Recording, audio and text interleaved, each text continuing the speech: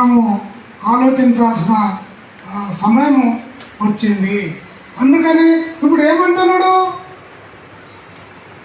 ఒక బీసీ ఉండి బీసీలకు అన్యాయం చేస్తారు ఎవరైనా? బీసీ అని చెప్పుకుంటున్నాడు పెద్ద మనిషి.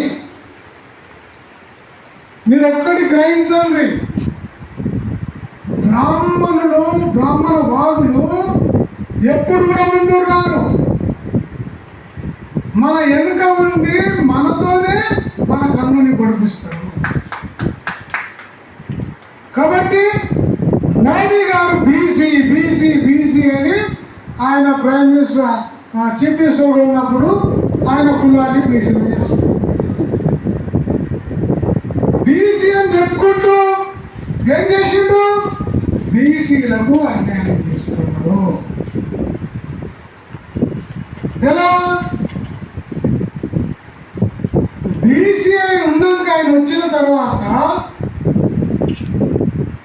సార్ ఐఎస్ జీవన్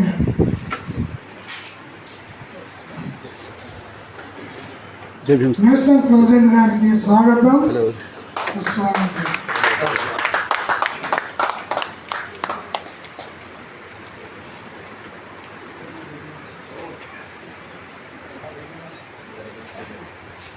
సరే సార్.